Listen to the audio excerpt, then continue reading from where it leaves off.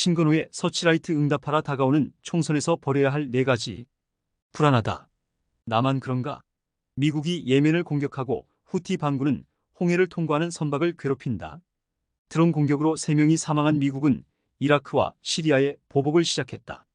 후티의 바람잡이 이란은 한판 붙겠다는 태도다. 이스라엘은 미국을 전쟁에 끌어들이기 위해 필사적이다. 중동이 불안하다. 지금 나라 밖은 전쟁과 기후위기로 인간적 자존감이 허물어지는 위기 상태다. 그럼 국내는 괜찮은가? 북한은 미사일을 쏘아대고 원색적 발언으로 불안을 키우고 있다. 와중에 대만을 놓고 중국이 미국을 향해 언짢은 표정을 짓는다. 만약 미국과 중국이 서로에게 견제구를 던지면 한반도는 어떻게 될까? 시나리오를 보면 대만 유사시 미국의 중국 공격 최전진 기지는 대한민국의 평택이다. 만약 평택에서 미군 폭격기가 뜨고 미국이 본토에서 장거리 미사일로 공격하면 중국의 선제 타격 목표는 어딜까? 평택 미군 기지? 우리의 영토가 되면 안 되는데 상상만으로도 끔찍하다.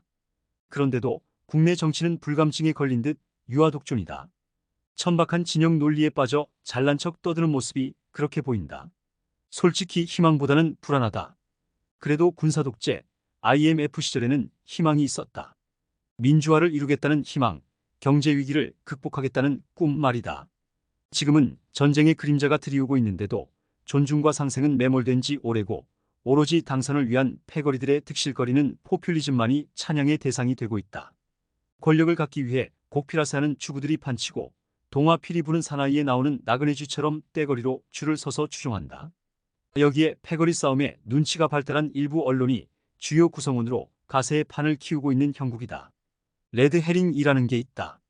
사냥개가 붉은 청어 훈제 냄새의 사냥 본연의 목적을 놓치는 것으로 논리학에서 나온 말이다. 주의를 딴 곳으로 돌리는, 말하자면 엉뚱한 말로 논점을 흐리게 하는, 그래서 듣는 이의 판단을 헛갈리게 만드는 오류를 말한다. 최근 들어 이 현상이 정치권에서 자주 보인다. 공약만 해도 그렇다. 공약으로 경제를 살리겠다는 간판을 걸었으면 살려내는 방법이 와닿아야 한다. 하지만 내건 간판만 화려하다. 그런데도 한쪽에서는 치켜세우기에 바쁘고 다른 쪽에서는 덜 떨어진 꼭지 취급하며 흠집 내기에 혈안이다.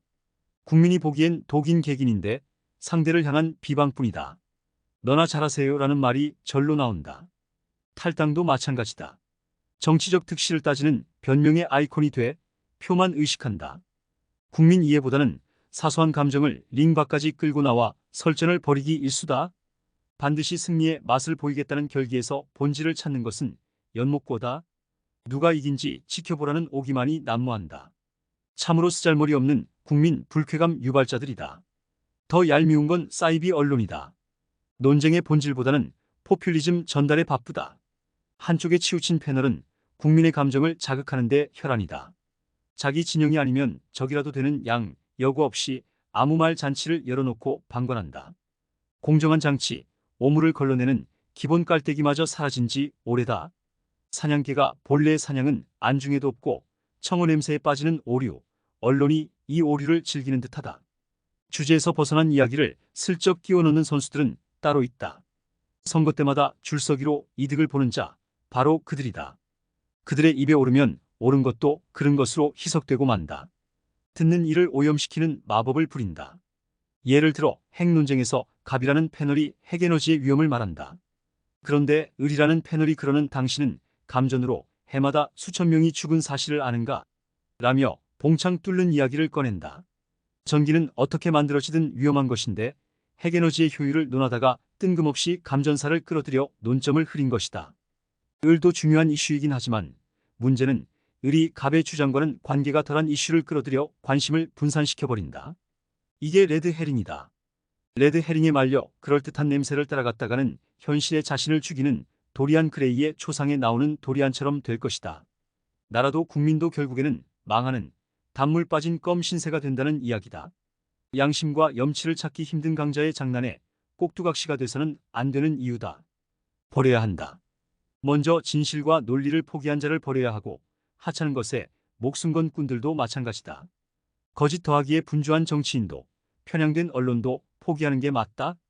이젠 강대국의 싸움에 등 터지지 않은 한반도를 설계하는 자, 나라를 위해 뛰는 몸, 힘들다는 말은 핑계라는 손흥민처럼 자신을 채찍질하고 미래를 준비하는 자를 선택해야 한다. 그래서 4월 국회의원 선거를 앞두고 미미하지만 정중히 외친다. 양심의 최후 지킴이 유권자들이여. 존재의 의미 그 자체인 국민이여.